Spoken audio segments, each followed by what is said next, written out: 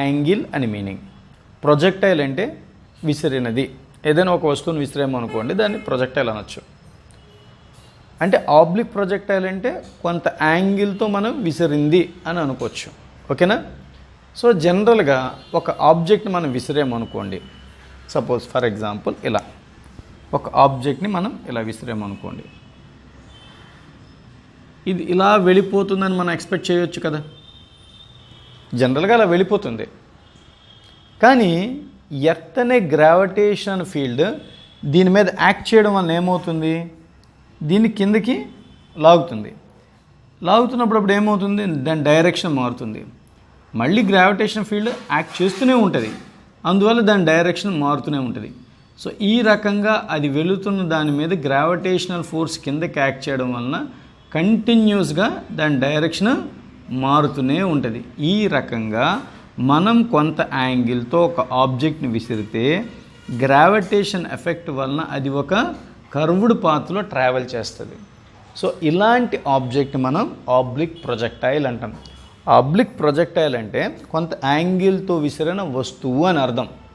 అయితే ఇక్కడ gravitation effect ఉండడం వలన అది ఈ పెరాబులిక్ పాత్లో ట్రావెల్ చేస్తుంది.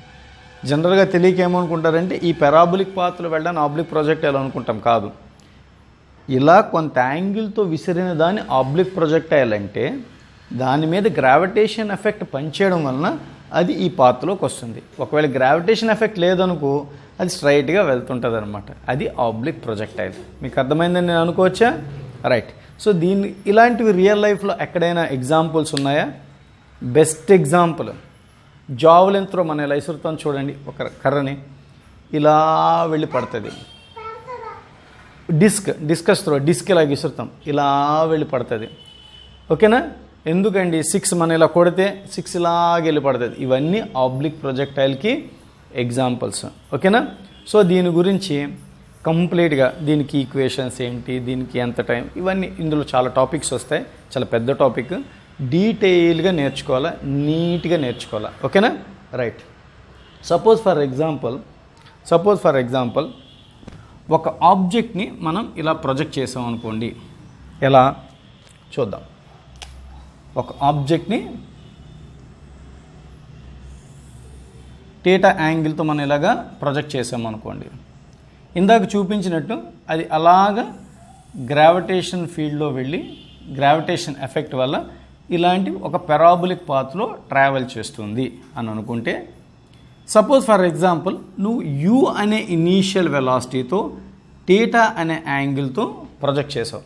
సో ఆబ్లిక్ ప్రొజెక్టైల్ దీని ఈ ఆబ్జెక్ట్ని ఆబ్లిక్ ప్రొజెక్టైల్ అంటాం. నువ్వు ఏ వస్తువు అయితే విసిరేవో ఆ వస్తువుని ఆబ్లిక్ ప్రొజెక్టైల్ అని అంటాం.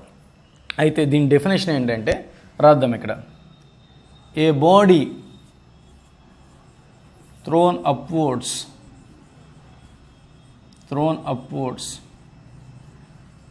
with certain initial velocity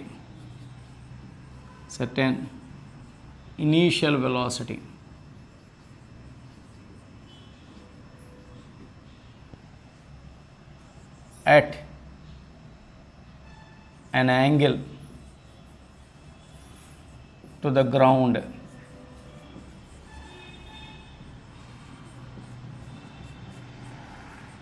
theta to the ground, and it is moving under influence of gravity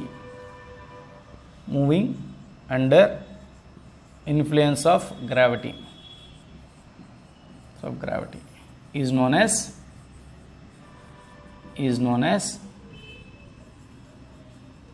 as oblique projectile. The path followed by the body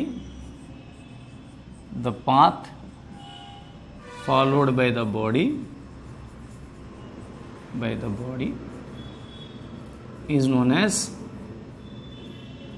as trajectory.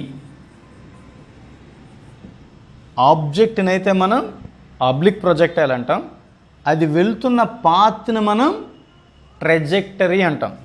ఇదిగో trajectory. Right, ఓకేనా? మీకు అర్థమైంది అనుకుందాం. So ఇప్పుడు definition చేర్పిద్దాం, సబ్జెక్ట్లోకి వెళ్దాం. Definition చేర్పేస్తున్నా, ఓకేనా?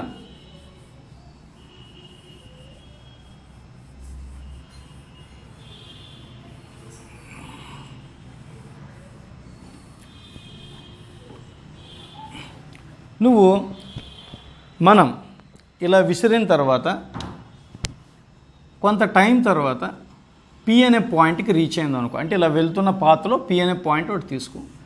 ఇక్కడ దీని వెలాసిటీ వి. ఈ వెలాసిటీ మనం విసిరిన ఇనీషియల్ వెలాసిటీకి డిఫరెంట్ ఉంటుంది. ఎందుకు ఉంటుందంటే ఒక రకమైన ఫోర్స్ దాని మీద యాక్ట్ చేసినప్పుడు వెలాసిటీ చేంజ్ అవుతుంది. సో ఇక్కడికి వెళ్ళేసరికి అది ఇక్కడికి ఇలా వెళ్ళింది కదా, అంటే ఇది హారిజాంటల్గా ఎక్స్ డిస్టెన్స్, వెర్టికల్గా వై డిస్టెన్స్ కవర్ చేసింది అని మనం అనుకుంటాం. పాయింట్ పీకి రీచ్ అయ్యే టైంకి ఇది హారిజాంటల్గా ఎక్స్ డిస్టెన్స్, వెర్టికల్గా వై డిస్టెన్స్ కవర్ చేసింది అని అనుకుందాం. రైట్, ఇక్కడ ఉండే వెలాసిటీ v అయితే దీన్ని హారిజాంటల్ కాంపోనెంట్ని vxని, వెర్టికల్ కాంపోనెంట్ని vy అనుకుంటాం. దీని వాల్యూ ఎంతో మనకి తెలియదు, దాన్ని క్యాలిక్యులేట్ చేయాలి. అప్పుడు ఇనీషియల్గా యాంగిల్ థీటా అయితే ఇక్కడ ఉండే యాంగిల్ని మనం ఆల్ఫా అనుకోవాలి. ఓకేనా? సో రైట్, మనకి క్లారిటీ వచ్చింది. ఇప్పుడు మనం 2 డైమెన్షన్ మోషన్ కాబట్టి ఉన్న ఫిజికల్ క్వాంటిటీస్ అన్నీ ఎక్స్ డైరెక్షన్లోకి వై డైరెక్షన్లోకి మార్చుకోవాలి. సో అందువలన ఇక్కడ ఉండే ఇనీషియల్ వెలాసిటీని మనం ఇటువైపు ఎలాగా, చిన్న డయాగ్రామ్ మీకు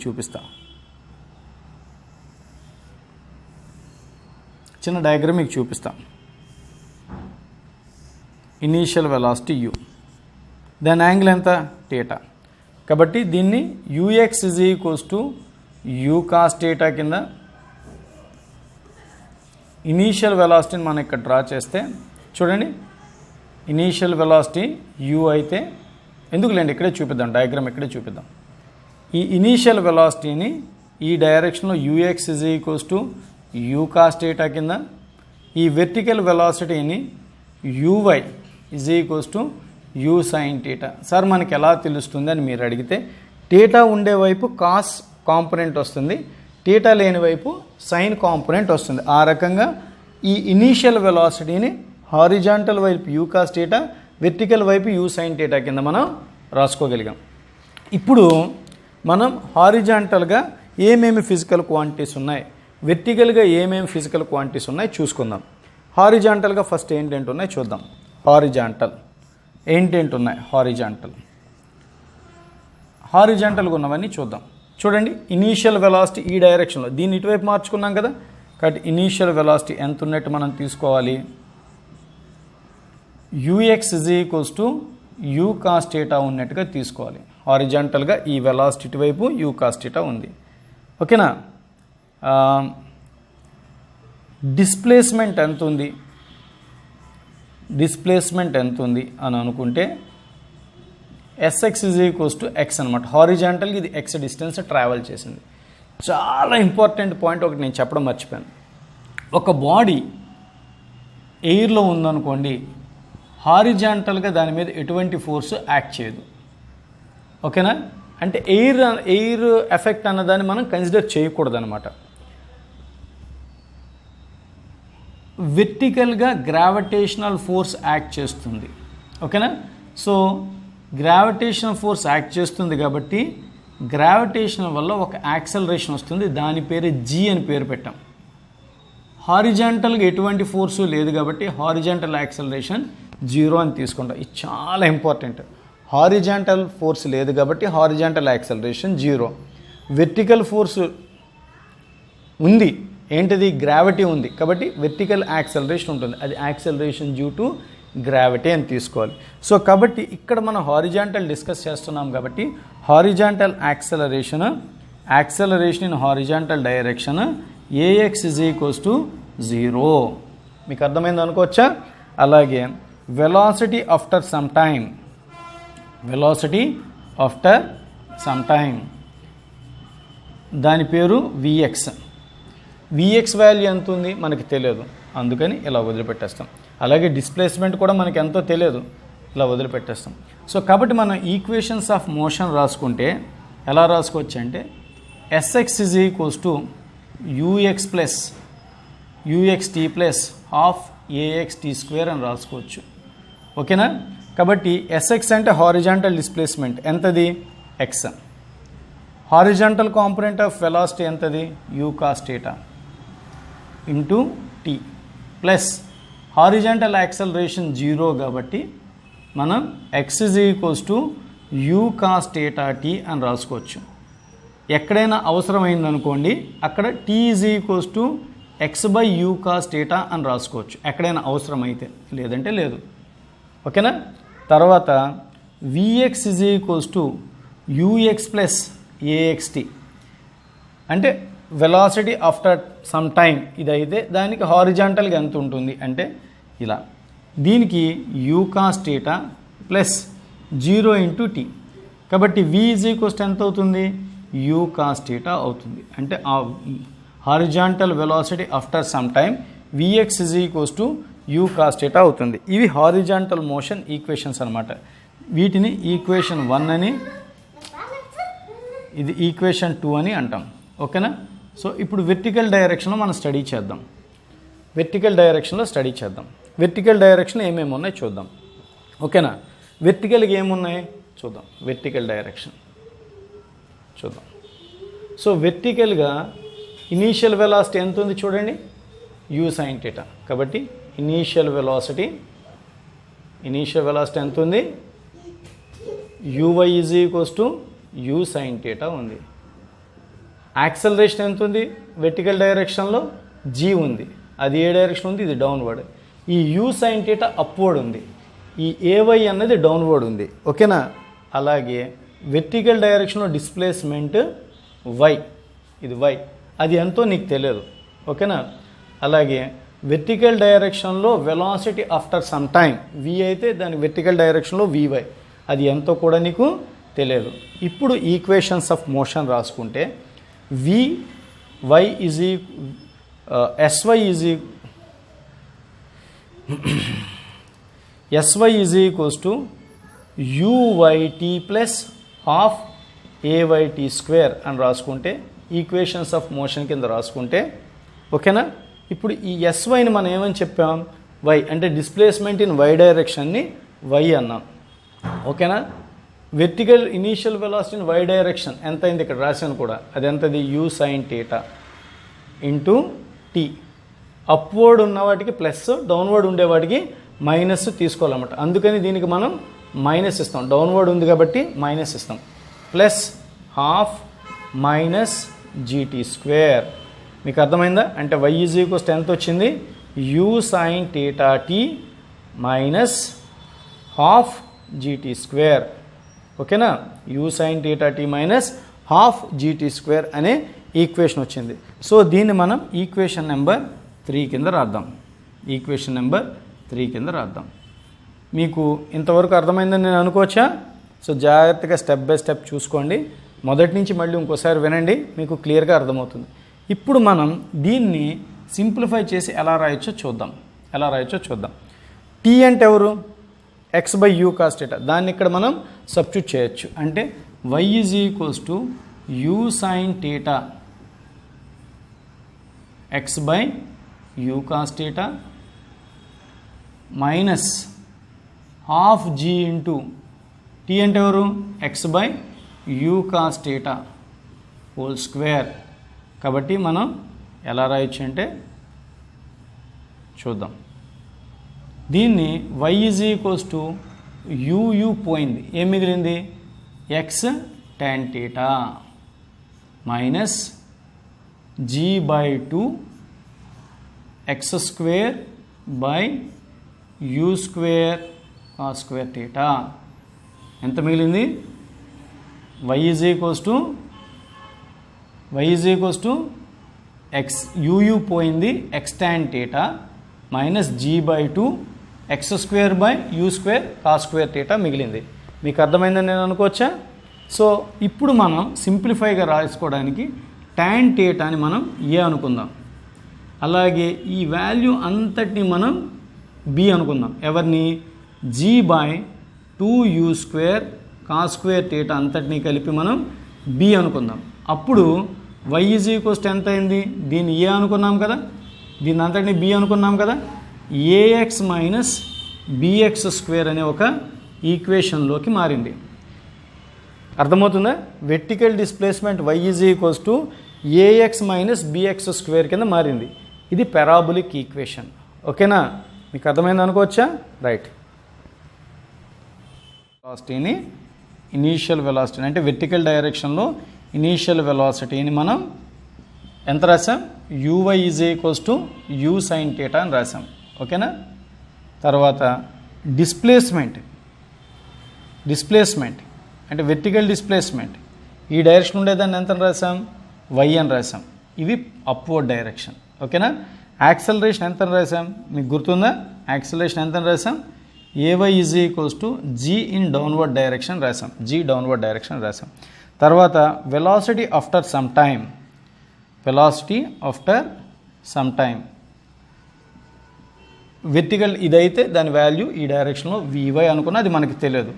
సో ఈ vy కోసం ఇప్పుడు ఈక్వేషన్ రాయాలి. రెండు రకాలుగా రాయాలి. ఒకటి v = u + atని y డైరెక్షన్లో రాసుకుంటే vy = uy + ayt. కాబట్టి vy = u sin θ. ఎవరిది ఇది? u sin initial velocity u sin θ plus ay ఎంత అవుతుంది? డౌన్వర్డ్ ఉంది కాబట్టి మైనస్ తీసుకోవాలన్నమాట. -g × t. కాబట్టి vy = u sin θ - gt. అర్థమవుతుందా? vy = u sin θ - gt. ఇది టైంతో పాటు ఎంత వెలాసిటీ వస్తుంది అని చెప్పే ఈక్వేషన్. అలాగే v² - u² తీసుకున్నాం అనుకోండి. ఓకేనా? దీనికి vy² -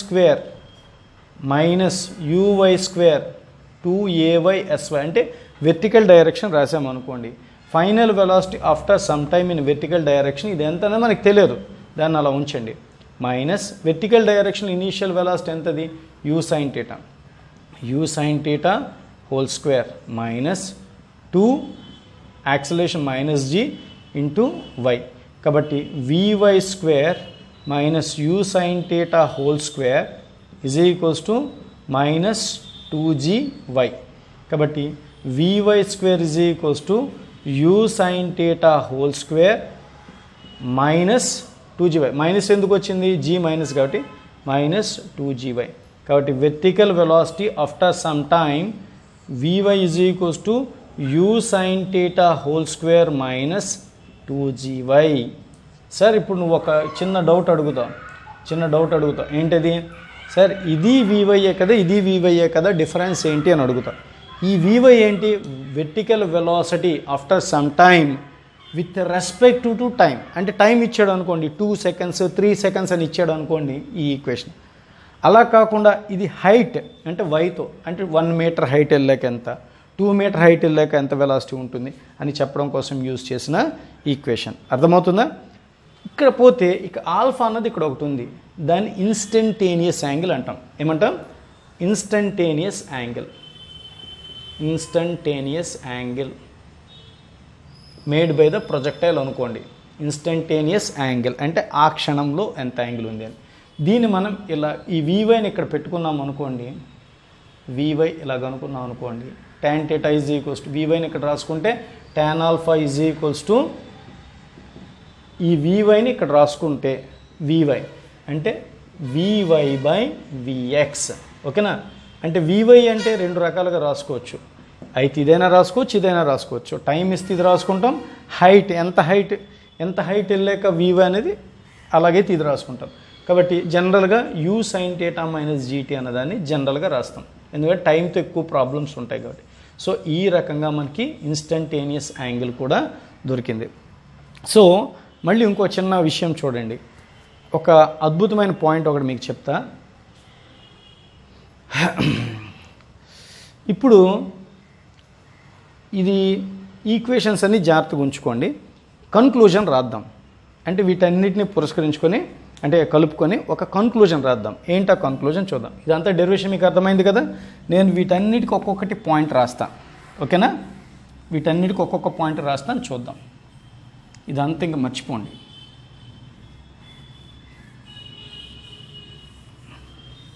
ఇందులో ఏ ఏ పాయింట్స్ మనం డిస్కస్ చేయొచ్చో చెప్తాం.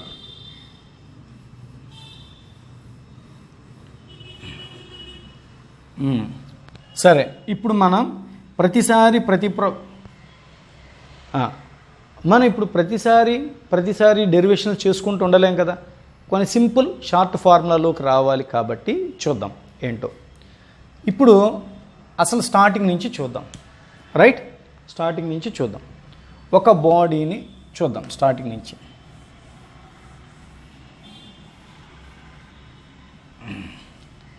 సరే, ఇప్పుడు డెరివేషన్స్ అన్నీ చేసాం.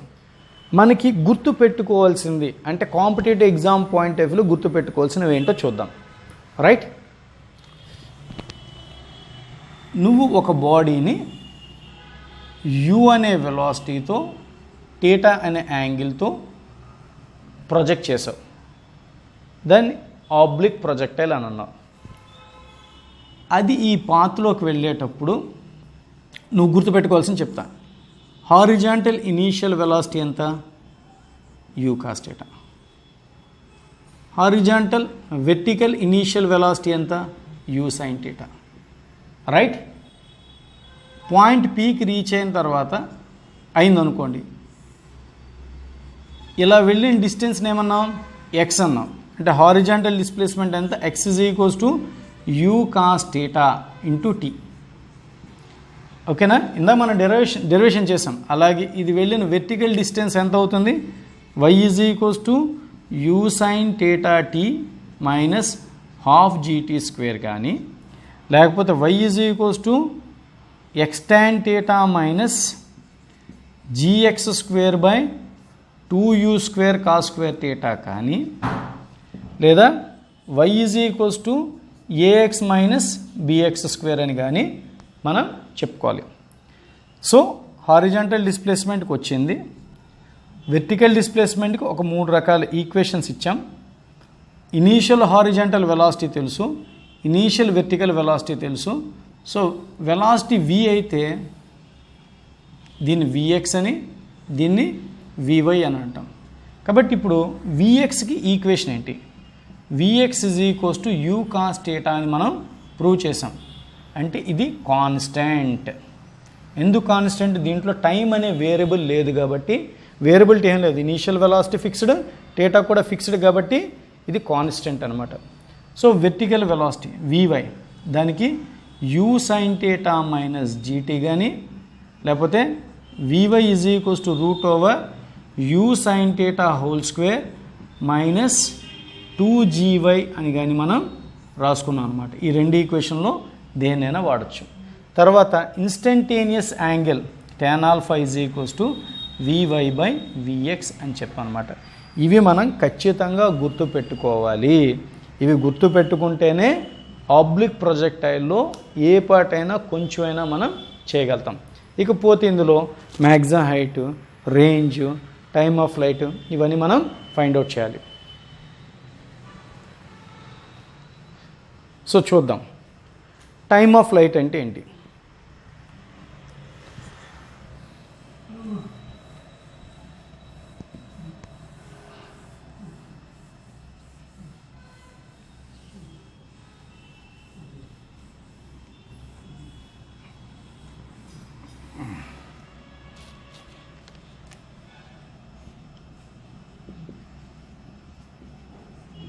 టైమ్ ఆఫ్ ఫ్లైట్ అంటే ఏంటి?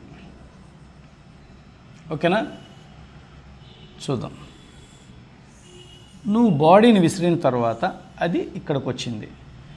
ఇలా రావడానికి పట్టిన time taken to reach ground, time taken to reach ground అన్నదాన్ని మనం టైమ్ ఆఫ్ ఫ్లైట్ అంటే, ఇప్పుడు ఎక్స్ యాక్సెస్ మీద నువ్వు స్టార్ట్ చేసావు, పైకి ఇలా వెళ్ళావు, మళ్ళీ ఎక్స్ యాక్సెస్ మీదకి వచ్చేసావు.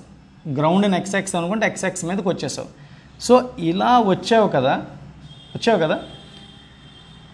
ఇలా రావడానికి పట్టిన టైంనే టైమ్ ఆఫ్ ఫ్లైట్ అని అన్నాం. ఓకేనా? ఇలా రావడానికి పట్టిన టైంనే టైమ్ ఆఫ్ ఫ్లైట్ అని అన్నాం. సో ఈ టైమ్ ఆఫ్ ఫ్లైట్కి ఇలాగైనప్పుడు వై వాల్యూ ఎంత అవుతుంది చెప్పండి? ఎక్స్ యాక్సిస్ మీద వై వాల్యూ ఎంత? 0. Okay, is known as time of flight. Is known as time of flight. ఓకేనా? So Y axis, Y is equals to you sine theta tea minus half GT square.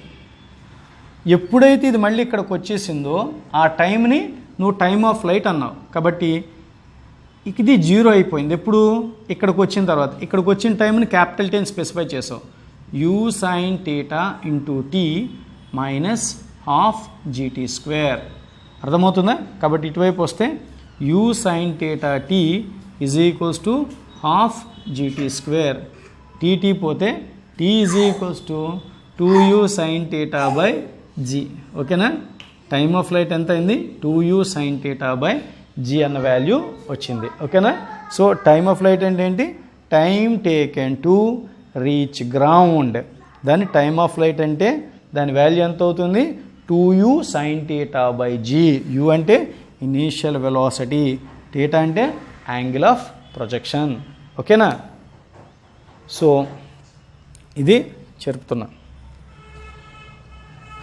So next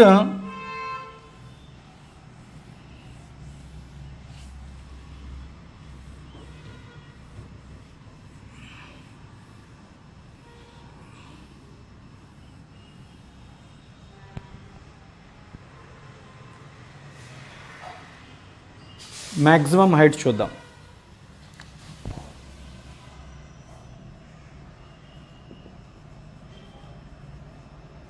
maximum height జనరల్గా velocities ఎలా ఉంటాయి చూద్దాం.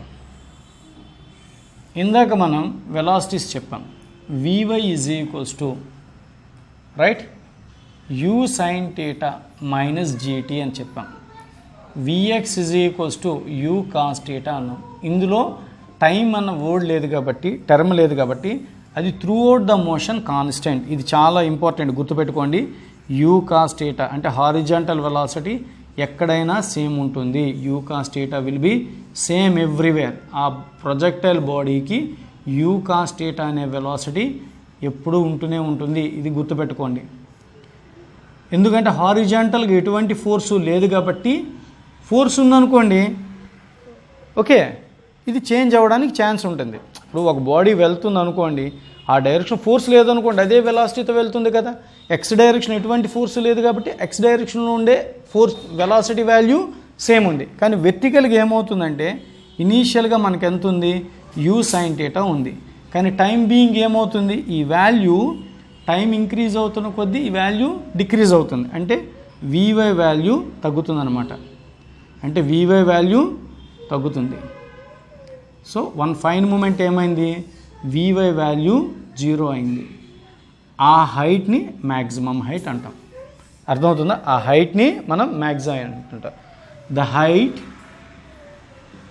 Height where vertical component of velocity is 0. Vertical component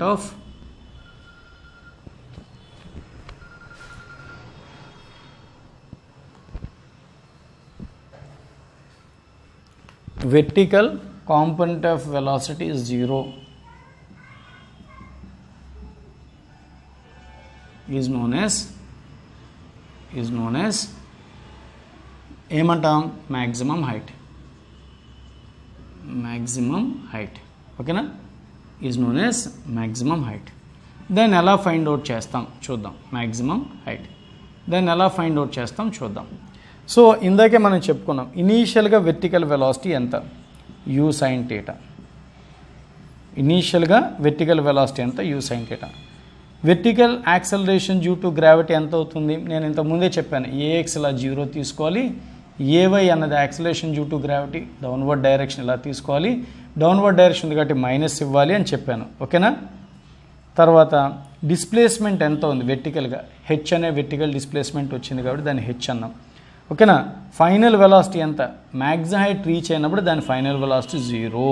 కాబట్టి దీనికి equation of motion వీటన్నిటికీ కలిపి vy² minus uy² is equals to 2aySy అన్న equation use చేస్తే, ఓకేనా, vy² is equals to 0 square minus initial velocity ఎంత వెర్టికల్గా u sin θ whole square 2 vertical acceleration ఎంత డౌన్వర్డ్ ఉంది కాబట్టి -g.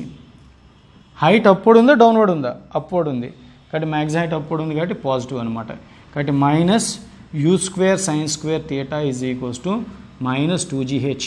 కాబట్టి మైనస్ మైనస్ వదులుకుంటే u² sin² θ by 2g is equals to height. మీకు అర్థమైందని నేను అనుకోవచ్చా. h is equals to u² sin² θ by 2g. ఓకేనా, రైట్. అలాగే మనం రేంజ్ అనే విషయాన్ని మనం క్యాలిక్యులేట్ చేయాలి. ఓకేనా, సో చూద్దాం రేంజ్ అంటే ఏంటో.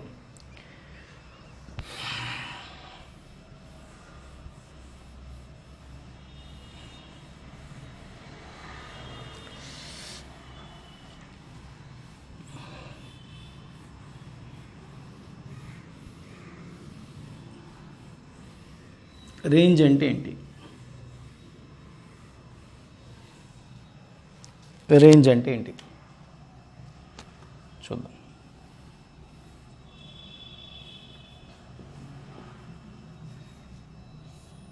సపోజ్ బాడీ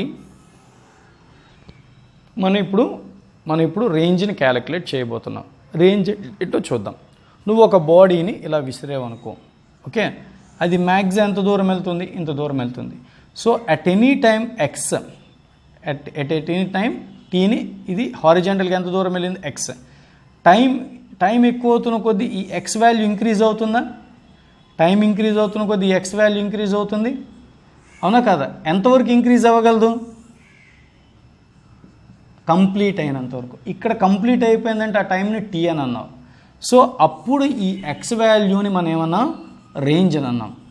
అంటే మీకు అర్థమైంది అనుకుంటున్నాం. మ్యాక్సిమం అంటే ఈ ఎక్స్ వాల్యూ ఎక్కడి వరకు పెరగలదు, ఎక్కడి వరకు పెరగలదు. Maximum horizontal displacement, maximum horizontal displacement is known as చెప్పండి, ఈజ్ నోన్ యాజ్ ఏంటి, is known as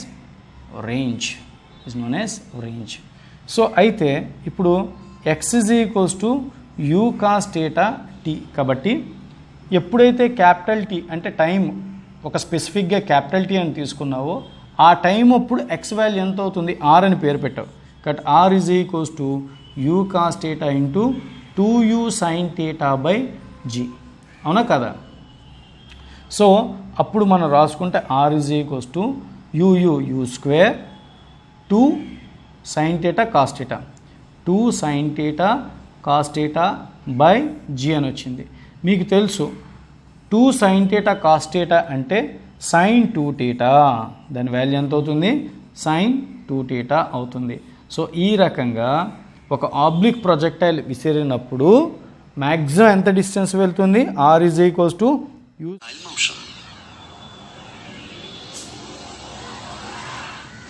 Observe the athlete throwing a javelin. Exam రారా మంచి చూద్దాం దా.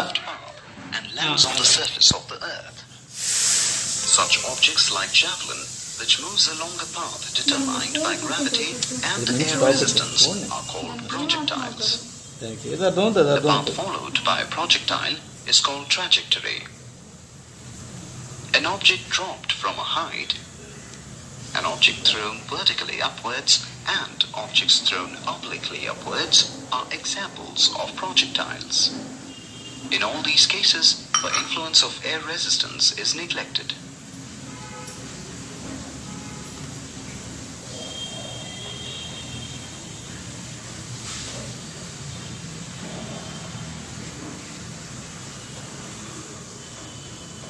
The velocity of the projectile varies from point to point.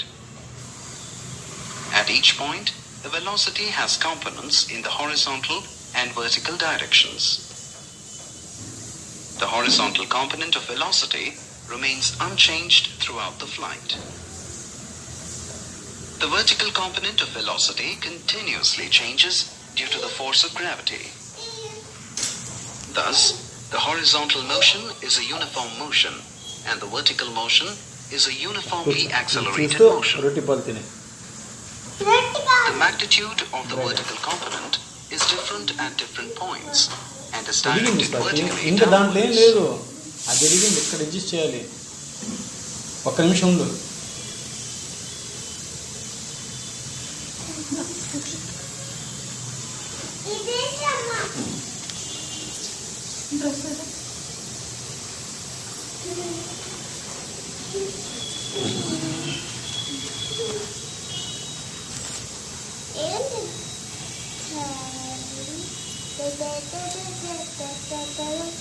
Let us now analyze the motion of a projectile thrown obliquely.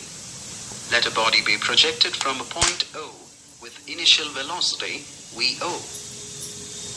The projectile makes an angle theta with a horizontal axis. The velocity of the projectile at any point of the trajectory goes on changing both in magnitude and in direction. The velocity can be resolved into two rectangular components, V0 cos theta along x-axis and V0 sin theta along y-axis. There is no acceleration in the horizontal direction. The vertical component of acceleration AY is equal to minus g. Substituting the value of AX and AY in equations 1 and 2 respectively, we get that is the vertical component of velocity changes with time, and at the highest point the Vy becomes 0. పనికొచ్చింది చెప్పాలా? Let us now find out the resultant velocity of the projectile at any instant. The resultant velocity v is equal to vector vx plus vector vy. Discussion start. By parallelogram law of vectors, v is equal to square root of vx squared plus vy squared. కూర్చుంటాను sir. V is equal to square root of V0 cos theta whole squared plus V0 sin theta minus gt whole squared. The direction of the projectile at any instant is given by the angle between the velocity vector and the horizontal. Tan theta is equal to Vy divided by Vx.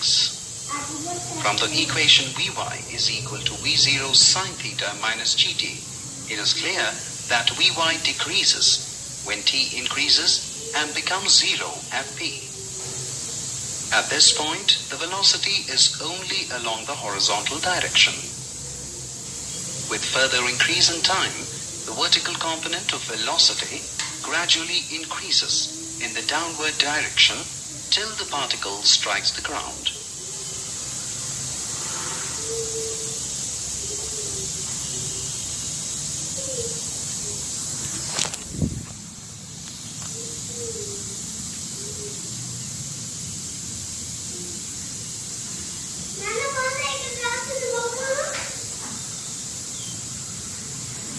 Horizontal range.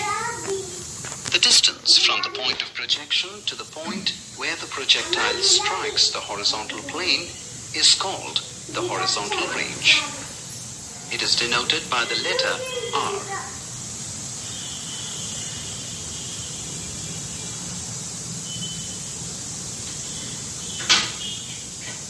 Time of flight. Time of flight of a projectile is the time taken by it from the instant when it is projected to the time when it strikes the point in a horizontal plane passing through the point of projection.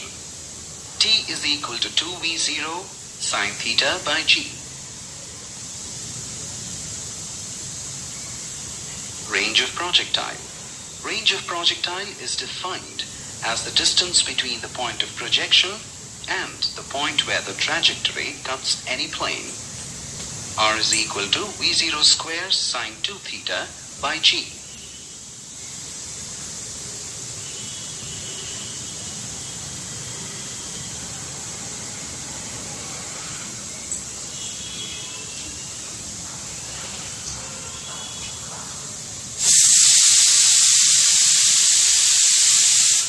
Maximum height. Maximum height is the maximum value of the vertical distance attained by a projectile above the horizontal plane to the point of projection. In the figure, P is the point of maximum height. H is equal to V0 square sine square theta by 2g. ఏంటి చూస్తున్నాను ఏం చూస్తున్నాను